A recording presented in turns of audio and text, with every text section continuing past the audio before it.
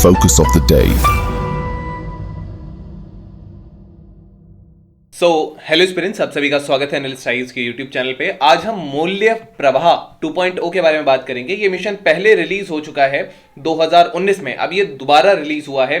The reason is इसमें कुछ चीजें थी। अब मूल्य प्रवाह क्या है, खास करके एसोसिएटेड है हायर एजुकेशन सिस्टम से, कॉन्स्टिट्यूशनल वैल्यूज हों और भी बहुत सारी चीजें हैं। इसके कुछ की एक्सपेक्ट्स, कंक्लूजन, कुछ वे फॉरवर्ड, आफ्टर दैट इसी बेसिस पे हम सॉल्व करेंगे हमारे prelims and the mains practice question. So let's start now. ये जो है कॉन्टेक्स्ट अगर हम बात करेंगे तो यूनिवर्सिटी ग्रांट्स कमीशन जो है, इसका एक एफर्ट है एथिकल लैंडस्केप को एनहेंस करना, खास करके जो हमारे पास हायर एजुकेशनल इंस्टीट्यूशंस हैं। और इसीलिए मूल्य प्रवाह 2.0 को जो है वो इंट्रोड्यूस किया गया है। ये जो गाइडलाइन है ये इवॉल्व वर्जन है 2019 में जो आया था, और ये ह्यूमन वैल्यूज और प्रोफेशनल एथिक्स, ये सारी चीजें हैं जो अनएथिकल प्रैक्टिसेस होती हैं, करप्शन होता है, जो अलग अलग इंस्टीट्यूशंस में होता है, उनको टैकल करने में हेल्प करेगा। तो ये जो मूल्य प्रवाह 2.0 है, इसका एम है एक बेसिकली वैल्यू बेस्ड एक इंस्टीट्यूशन बनाना और एक deep respect to fundamental duties के लिए, कॉन्स्टिट्यूशनल वैल्यूज के लिए, जितने भी इंडिविजुअल्स हैं और प्लस जो इंस्टीट्यूशंस हैं। So this is the main objective of this मूल्य प्रवाह 2.0। नाउ यहां पे कुछ प्रॉब्लम्स हैं कि क्यों इसकी जरूरत है। देखिए, सबसे पहले हमारे इंस्टीट्यूशंस में जो है वो अनएथिकल प्रैक्टिसेस जो है वो देखी जाती हैं। जो अनएथिकल प्रैक्टिसेस हैं ऑर्गेनाइजेशन में, इसमें फेवरेटिज्म है, सेक्सुअल हैरासमेंट है, जेंडर डिस्क्रिमिनेशन है, डिसिप्लिनरी लॉज के साथ इनकंसिस्टेंसी है, ये सारी चीजें हैं। देन कॉन्फिडेंशियलिटी का ब्रीचेस हैं, ये सारी चीजें जो हैं, ये करप्ट वेंडर एग्रीमेंट्स हैं। ये कुछ अनएथिकल प्रैक्टिसेस यहां पर हैं जिनको एड्रेस करेगा। अकाउंटेबिलिटी की कमी है हायर एजुकेशन इंस्टीट्यूशंस में। जो ऑपरेशंस होते हैं ये करप्शन फ्री हो, माल प्रैक्टिसेस नहीं हो, स्पेशली एडमिशन के टाइम पे, एग्जामिनेशंस के टाइम पे, या हायरिंग प्रोसेस जो होता है उसके टाइम पे, ऐसी चीज ना हो। इसके अलावा जो डिसीजन मेकिंग में हमारे यहाँ बायस देखने को मिलता है, ऑफन हायर एजुकेशन इंस्टीट्यूट जो है वह बायस देखने को मिलता है। हमेशा बेस्ट इंस्टीट्यूशनल या पब्लिक इंटरेस्ट में वहां चीजें नहीं ली जाती हैं। अब डिस्क्रिमिनेटरी प्रिविलेज है। कुछ ऑफिशियल्स ऐसे होते हैं जिनको हो सकता है डिस्क्रिमिनेटरी प्रिविलेज मिल रही हो, जिनको अबॉलिश करने की बिल्कुल सख्त आवश्यकता पड़ती है। साइलेंस का कल्चर है। टीचर एसोसिएशंस का क्या रोल रहना चाहिए और कैसे उनको ऑपरेट करना चाहिए एजुकेशन सिस्टम के विद इन रह करके, उसके लिमिट्स के विद इन रह करके, यहां पे एक साइलेंट रोल है इसका। देन यहाँ पे ट्रांसपेरेंसी कैसे वर्क करती है, कैसे एग्जामिनेशंस वर्क करते हैं, कैसे रिजल्ट, ऐसी कुछ चीजें हैं जो यहाँ ट्रांसपेरेंसी का कुछ यहाँ प्रॉब्लम है, जैसे रिक्रूटमेंट प्रोसेस और बहुत सारी चीजें। इसके अलावा जो स्टेक होल्डर का एंगेजमेंट नहीं है, कंसर्न है जो एक्टिव पार्टिसिपेशन या जो स्टाफ का इन्फ्लुएंस होता है, स्टूडेंट्स यूनियन का इन्फ्लुएंस होता है अपने राइट प्रोटेक्ट करने के लिए, वर्सेस उनका रिलेशनशिप वहां के एडमिनिस्ट्रेशन के साथ कैसा है। ये कुछ स्टेक होल्डर एंगेजमेंट जो है, यहां पे कुछ चीजें आती हैं। अब कुछ की एस्पेक्ट्स हैं ये जो मूल्य प्रवाह 2.0 है इसके। सबसे पहला जो इसका एस्पेक्ट है वो आता है ट्रांसपेरेंसी देगा। ये ट्रांसपेरेंसी देता है एडमिनिस्ट्रेशन में, डिसीजन मेकिंग में, हायर एजुकेशन इंस्टीट्यूशंस में, और ये बेसिकली पब्लिक इंटरेस्ट से गाइडेड होगा और ये बायस्ड बिल्कुल भी नहीं होगा। It would be non biased. So यहां पे एक चीज आती है। इसके अलावा अकाउंटेबिलिटी होगी। जो डिस्क्रिमिनेटरी प्रिविलेजेस हैं इनको अबॉलिश किया जाएगा, करप्शन जो है उसको रूट आउट करना चाहिए, और यहां पे बहुत ज्यादा स्ट्रिक्ट एक्शन की यहां पे ज्यादा जरूरत है। ये अथॉरिटीज को डायरेक्ट करेगा हायर एजुकेशन इंस्टीट्यूट्स में, ताकि अकाउंटेबिलिटी रहे, ट्रांसपेरेंसी रहे, फेयरनेस रहे, ऑनेस्टी, ये सारी चीजें रहे, एथिक्स की हाईएस्ट डिग्रीज यहां पे रहे, प्लस इंक्लूसिविटी की बात करता है। ये अथॉरिटीज को डायरेक्ट करता है हायर एजुकेशन इंस्टीट्यूट्स की कि वो इंक्लूसिवनेस प्रमोट करें, कमिटमेंट, रिस्पेक्टफुलनेस जो है उसको प्रमोट की जाए, बिलोंगिंगनेस जो है, इसके अलावा सस्टेनेबिलिटी, कॉन्स्टिट्यूशनल वैल्यूज, एक ग्लोबल सिटीजनशिप जो है उसका वहां पे एक एनवायरमेंट हो। स्कॉलर्स जो इस इंस्टीट्यूशंस में हो उनको इक्वल्स की तरह ट्रीट किया जाए और प्रोएक्टिवली पार्टिसिपेट करें, प्रमोट करें इंस्टीट्यूशनल कल्चर को, हायर स्टैंडर्ड्स को। हायर एजुकेशन इंस्टीट्यूट्स में कम्युनिटीज हैं स्कॉलर्स की, जहां सबको एक इक्वल रखना चाहिए, मोर और less they should be equal from each other. Now यहां पे इसके अलावा और भी चीजें यहां प्रमोट की जाती हैं, जैसे कि गुड वर्क का कल्चर हो, ये क्रिएशन ऑफ कंडक्टिव कल्चर की बात करता है, वर्क एनवायरमेंट हो, वर्क फ्रेंडली एनवायरमेंट हो ऑफिशियल्स के लिए, ताकि वो इंपार्शियलिटीज अपनी ड्यूटी जो है वो कर सकें, जो कि इंस्टीट्यूशन जो है उसके इंटरेस्ट के लिए बेस्ट हो, वहां के सारी चीजों के लिए बेस्ट हो, बच्चों के लिए, स्टाफ के लिए। टीचर्स को रोल मॉडल की तरह एक करना चाहिए स्टूडेंट्स के लिए, और सारे प्रोविजन या प्रोसीजर जो यूनिवर्सिटीज के होते हैं उससे अवॉइड करना चाहिए।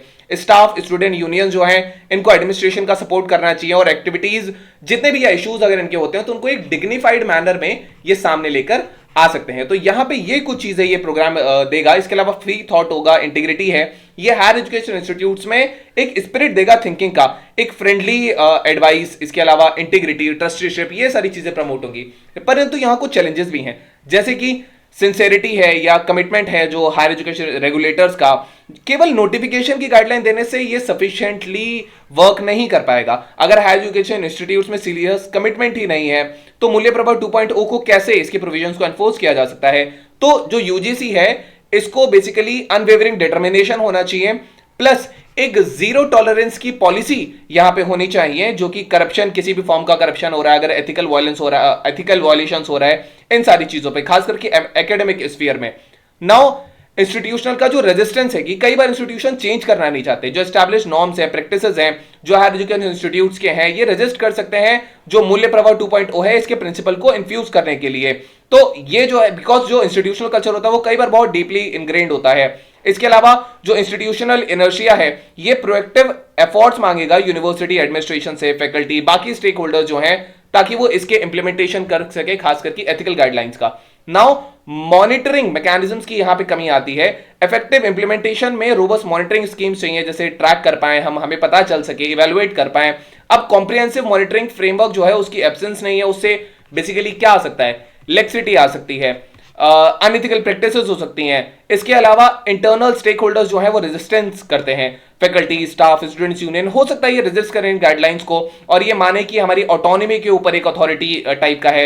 और इन रेजिस्टेंस को ओवरकम करने के लिए इफेक्टिव कम्युनिकेशन चाहिए, कोलैबोरेशन चाहिए, कंसेंसस होना चाहिए इन सारे स्टेक होल्डर्स के बीच में, जितने भी इंटरनल स्टेक होल्डर्स हैं।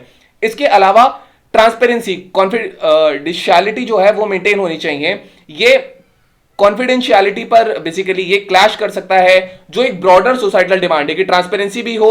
तो इसमें दोनों को बैलेंस करना, इन दोनों के बीच में एक जो नेचर है, पाइवटल पॉइंट लेकर के आना, तो ये बहुत यहां क्रूशियल है। इसके बाद कुछ ऐसे पैरामीटर्स हैं जो बहुत एम्बिगुअस हैं, जैसे कुछ एस्पेक्ट्स है मूल्य प्रवाह की कि जैसे एक डिग्निफाइड मैनर में इशू रेस किया जाए, यहां पे क्लियर डेफिनेशंस नहीं है। अब एम्बिग्यूटीज जो हैं इस गाइडलाइन में, इससे मिस इंटरप्रिटेशन हो सकता है, मैनिपुलेशन या मिस यूज का यहां पे एक प्रॉब्लम है। इसके अलावा जो यहां और चीज आती है वो है लीगल रेगुलेटरी कंप्लायंस होना चाहिए। अगर नॉन कंप्लायंस या अगर ओवरलुकिंग नहीं है लीगल एस्पेक्ट्स में, तो ये जो इन गाइडलाइंस हैं ये इनइफेक्टिव हो सकती हैं अब यहां पर। इसके अलावा कल्चरल रीजनल वेरिएशंस हैं, हायर एजुकेशन इंस्टीट्यूट्स में बहुत डाइवर्स कल्चर है, बहुत रीजनल वेरिएशंस होते हैं। अब ये रिसेप्शन या इंटरप्रिटेशन, जितनी भी एथिकल गाइडलाइंस हैं उनको ये इफेक्ट कर सकता है। तो जितने भी इंप्लीमेंटेशन स्ट्रैटेजीज हैं उनको इन सारे वेरिएशंस के साथ टेलर करना, इन सबको बैठाना, ये जो है ताकि वो डिफरेंट कॉन्टेक्स्ट के थ्रू आसानी से एक साथ रेजोनेट कर पाए, ये यहां पे एक चैलेंज आता है। इनएडिक्वेट ट्रेनिंग और अवेयरनेस प्रोग्राम्स, जो जैसे मूल्य प्रवाह 2.0 है, ये डिपेंड करता है अंडरस्टैंडिंग पे, जो एक्टिव पार्टिसिपेशन है जितने भी स्टेक होल्डर्स वहां पे हैं उनसे रिलेटेड। नाउ इनसफिशिएंट ट्रेनिंग है, अवेयरनेस प्रोग्राम्स है, यहां पे एक लैक ऑफ क्लैरिटी हो सकती है, तो इसीलिए इन सारी चीजों की जरूरत है, नहीं तो इसका जो इंपैक्ट है वो बहुत रिड्यूस हो जाएगा। नाउ अगर हम कंक्लूजन की बात करेंगे तो देखिए मूल्य प्रभाव 2.0 है, ये वैल्यूज इंसिस्ट करता है, एथिक्स इंसिस्ट करता है, खासकर हायर एजुकेशन इंस्टीट्यूट्स में, ताकि प्रेवलेंट इश्यूज जैसे बायस है, जैसे डिस्क्रिमिनेशन है, जैसे करप्शन है, इनको एड्रेस किया जा सके। लेकिन जो गाइडलाइंस हैं ये ट्रांसपेरेंसी और अकाउंटेबिलिटी भी देती हैं। अब ये कंसर्न भी रेज कर देगा कि अगर ट्रांसपेरेंसी होगी तो कॉन्फिडेंशियलिटी कैसे हो पाएगी, तो ये सारी चीजें जो हैं वो उनको एक साथ देके करना पड़ता है। Now we have our today's prelims practice question and the question says that which of the following is not a key aspect of the मूल्य प्रभाव 2.0, promoting transparency and accountability in higher education institutions, eradicating unethical practices like favoritism, sexual harassment, fostering a culture of silence within teachers associations, encouraging inclusivity and respect for individual rights. Now we have our mains practice question. The question says critically analyze the potential effectiveness of Mulya Prabha 2.0 in addressing ethical lapses and building value based higher education institutions in India. To what extent do you think these guidelines can create a truly ethical and inclusive learning environment? And what are the key challenges in its implementation? So this was all about today's video and session. I hope you understood it very well. Thank you. Have a nice day and stay tuned with Analyst IAS for your better preparation.